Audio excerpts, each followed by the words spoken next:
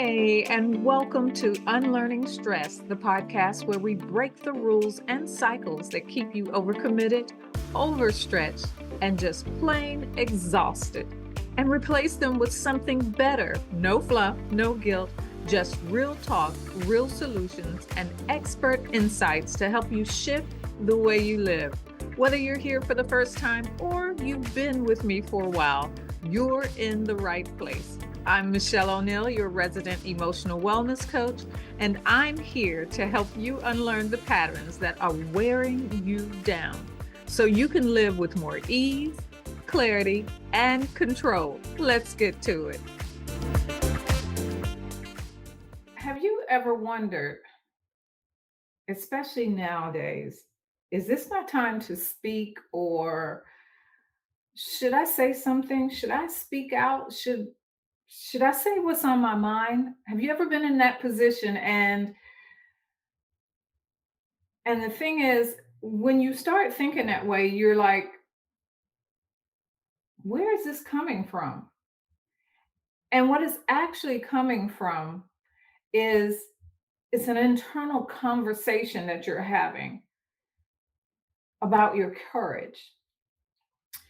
And it often boils down to this: can I live with myself if I don't speak out?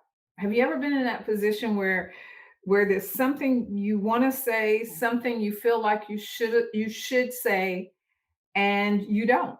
You just stay silent because you're second guessing whether it's your time to speak, or whether this should come out of your mouth, or how it will be perceived, whatever it is, right?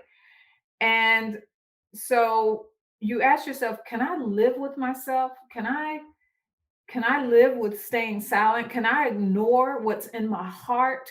Can I ignore what my body is reacting to? Because our bodies talk to us, right? Or what I know in the silent places of my mind, can I ignore that because it's speaking to you? In fact, it sounds loud to you right now, right? And then you ask yourself, can I keep swallowing this? And it's like swallowing something that your body doesn't want to take in. It reminds me of, if you've ever seen the show Survivor. And it's not a show that I watch much, but I have seen it enough to know some things about it. And a lot of times, some of the things that they push people to do is to eat something that they wouldn't normally eat. Maybe it's a live insect, like a grasshopper, or something they've never tasted, like snake. Or even in our everyday life, it could be something like taking a pill that's too big to slide down your throat. And I know those are like, usually they remind me of those supplements. A lot of times the supplements are huge, and you're like, and I'm supposed to swallow this? I don't even think my esophagus is wide enough to take this in, right? And that's how this feels when there's this urge to speak out, to say something, and it's just trying to rise up. Because what happens is, when we swallow something that needs that is, how do you say, abhorrent to us, or that we don't like, when we swallow something, eventually it's going to come back up. And that's what silence feels like when it's self-betrayal.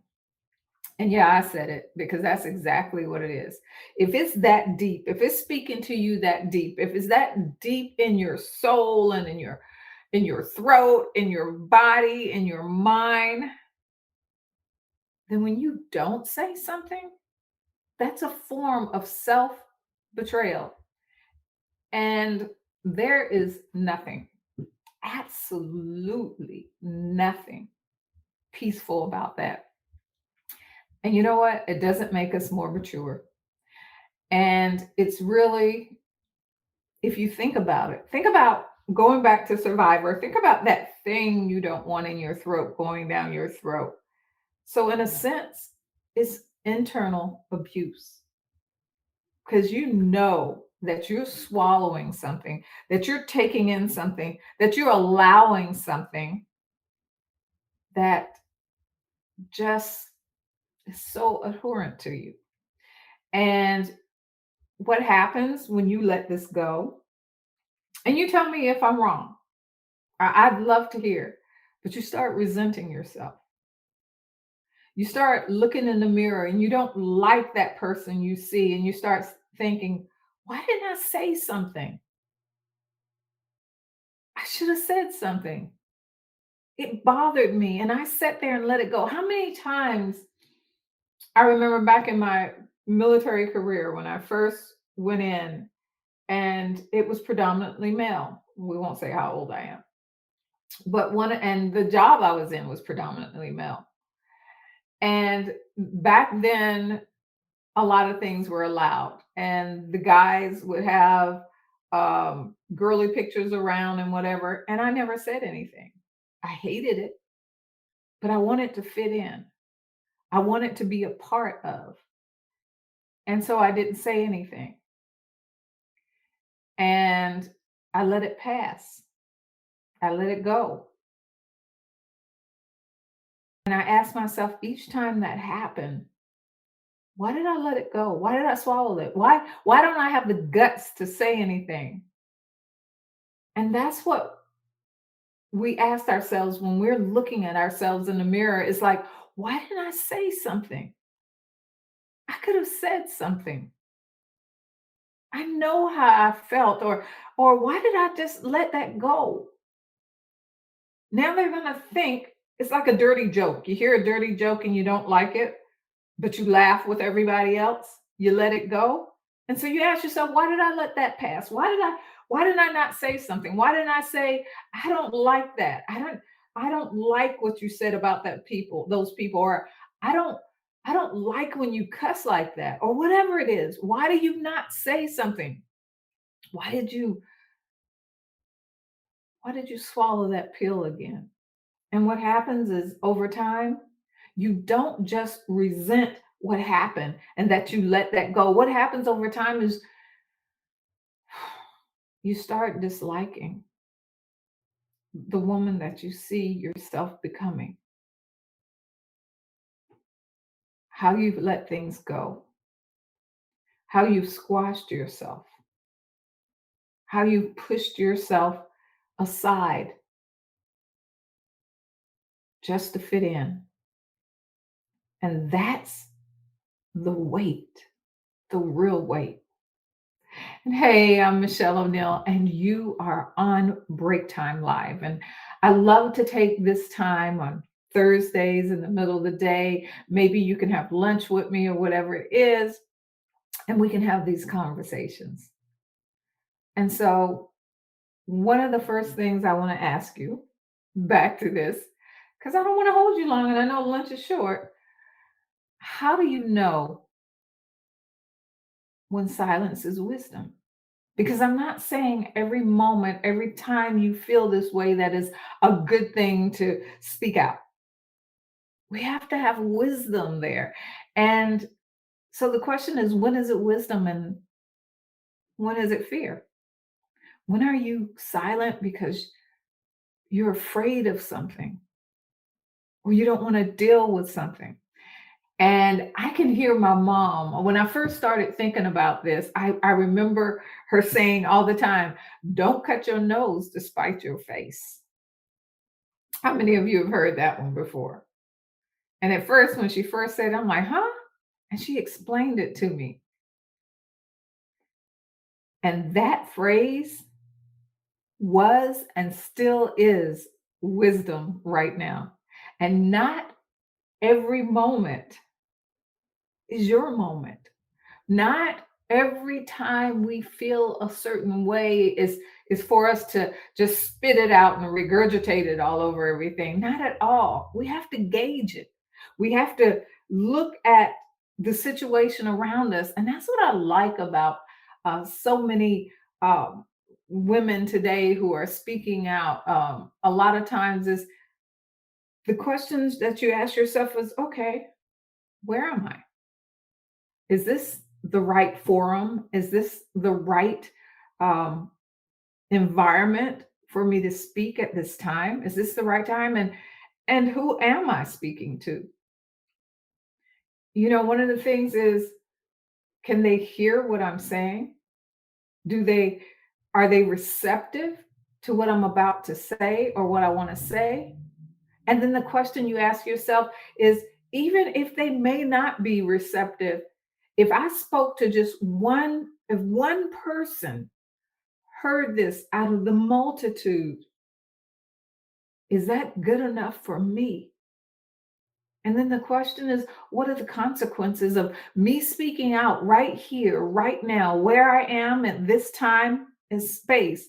What are the consequences? And I always ask myself, what are the consequences? And am I willing to deal with those consequences, right? And then what is my goal here? What is my goal for speaking right now? What is my goal for saying anything? Is it going to help anyone? Is it going to hurt anyone? Is it going to educate anyone? Is it going to lift anyone up? Whatever it is, what is your goal? Why are you saying this? And wisdom, what we do when there's wisdom in the arena, when there's wisdom there, wisdom prepares. Wisdom gets ready, does the research, look things up, make sure that they've covered every aspect of what they're getting ready to speak about, right? Wisdom anticipates what someone may say, what questions that may arise, and they prepare for those too. You can never be 100% prepared for everything, right? But you can prepare for things that you think may come up. That's wisdom, especially when you're getting ready to put something out there. What are the objections I may come up against? What are some of the pushback that I may come up against? And you know what? When we have wisdom, we also have support. And I started thinking about the word support. What is support? We're thinking people and stuff, and that's great. And we are. But what really happens with support? And I started thinking I've loved watching HVTV. And I love um, when they come to those homes and they're redoing homes and they're saying, this doesn't support this room. We have to put a support beam in or whatever it is. And so I asked myself, well, what exactly is support? It's knowing that there's something to hold you up or someone that's there to hold you up, someone there that you can lean on, someone there that's steady, and someone there that's not gonna let you fall. So, wisdom is knowing that you have the right support surrounding you. You don't walk into pressure unprepared. You don't speak off of emotions because you know why? Especially as women, when we are emotional about something, for some reason, society says, oh, she's just getting so emotional. She's so caught up in this. And they brush it aside. And you don't speak just to prove a point. It's got to be stronger than that. Sometimes I remember even myself saying that it's the principle of the thing. Yeah, sometimes it's good to stand on principle, but sometimes you need something to support that principle stronger than just that principle. And then we talked about fear. Fear can masquerade itself as wisdom at first glance, right? Because fear says, wait, just wait. Don't just jump in there. Hold on.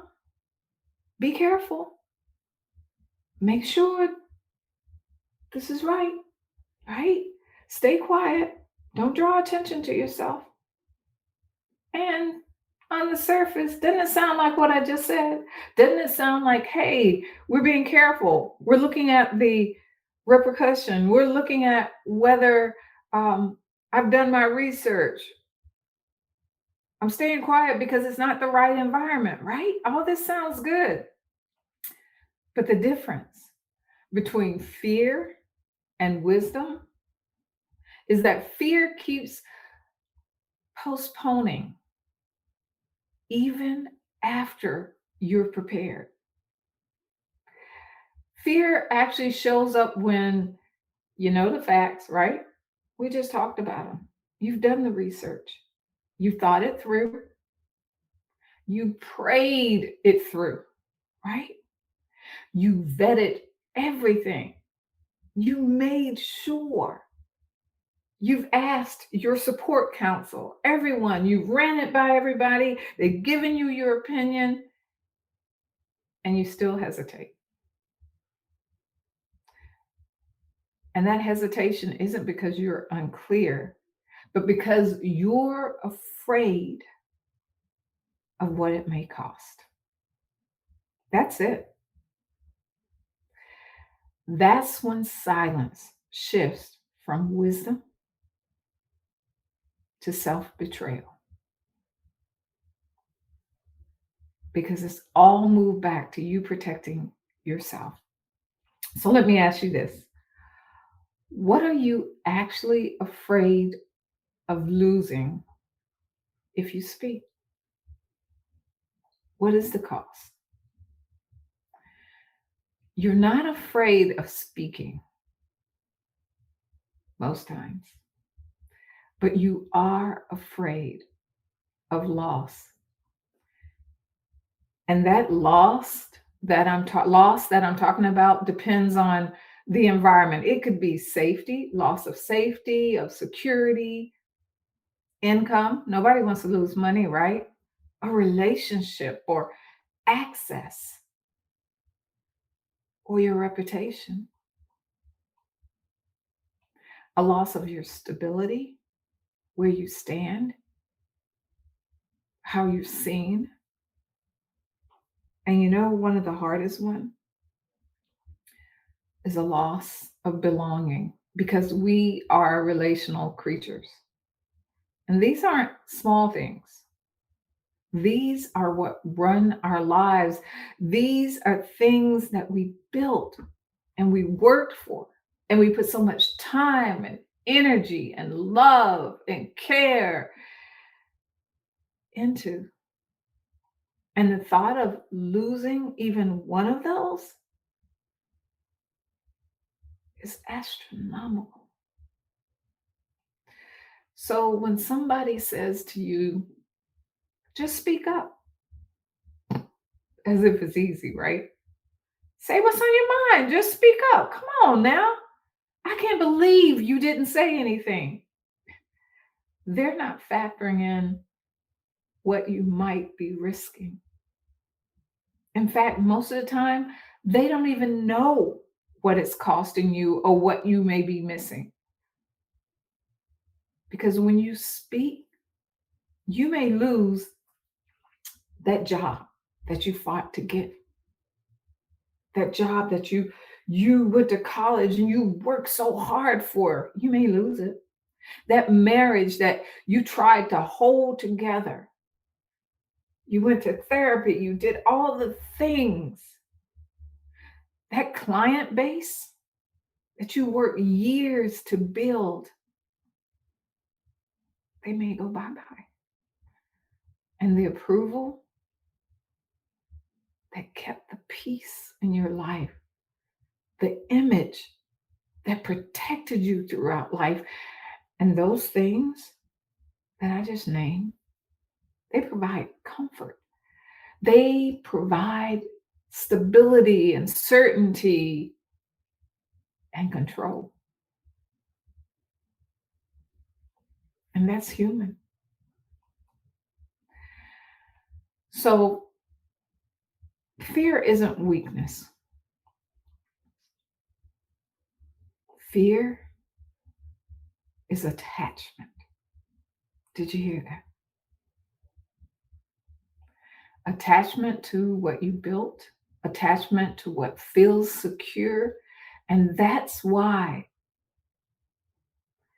the decision is so hard and it's so heavy, because it's not just about your voice, is it?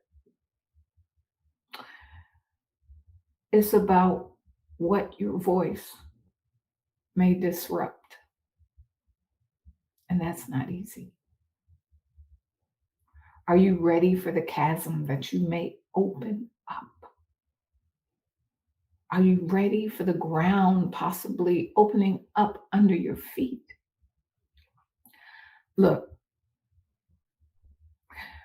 when you weigh the loss of external things against the loss of yourself, which costs more long term?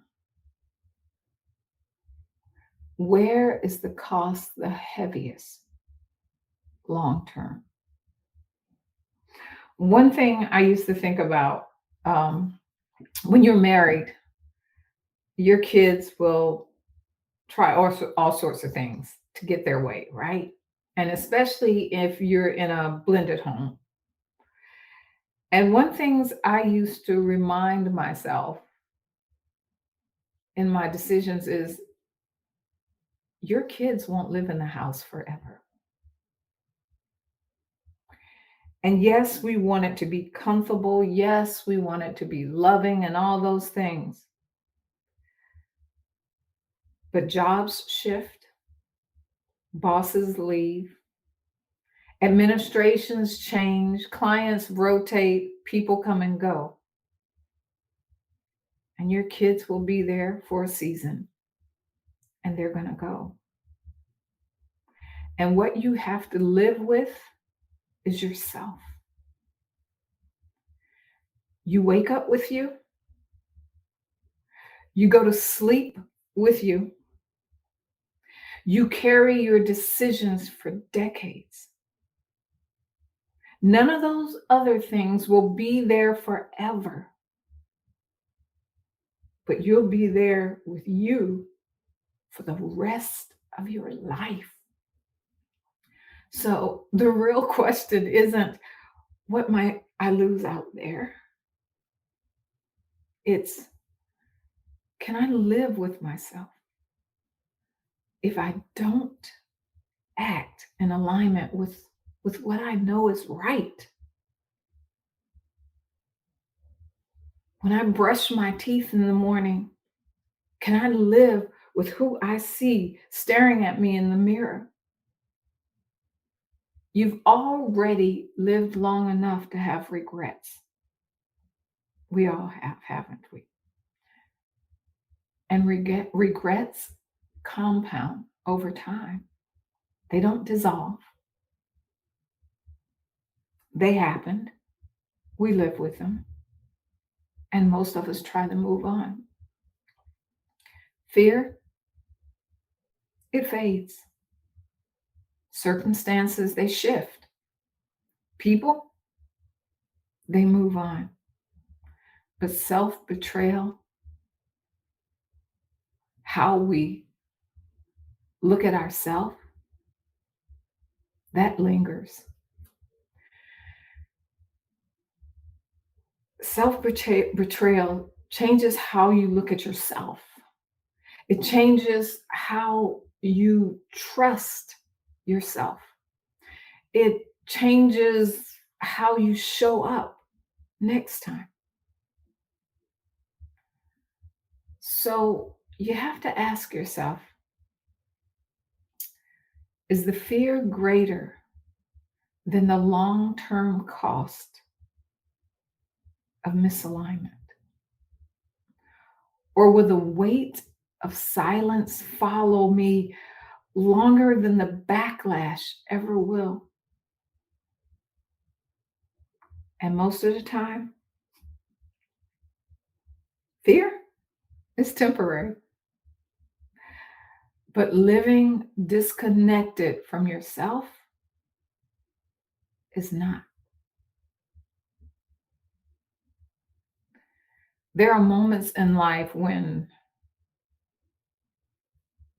or when speaking, saying something, blurting things out is reckless.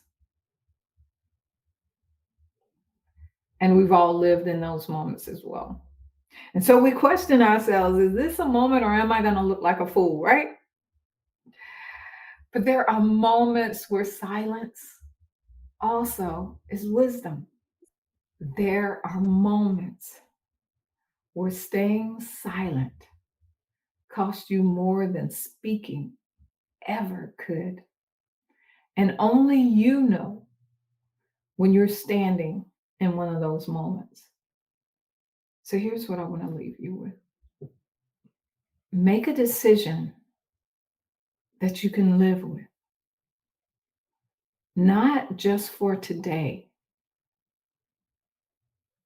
but for 10 years from now, for a lifetime. So I'm going to ask you one more time. Is this your time to speak or your time to be silent?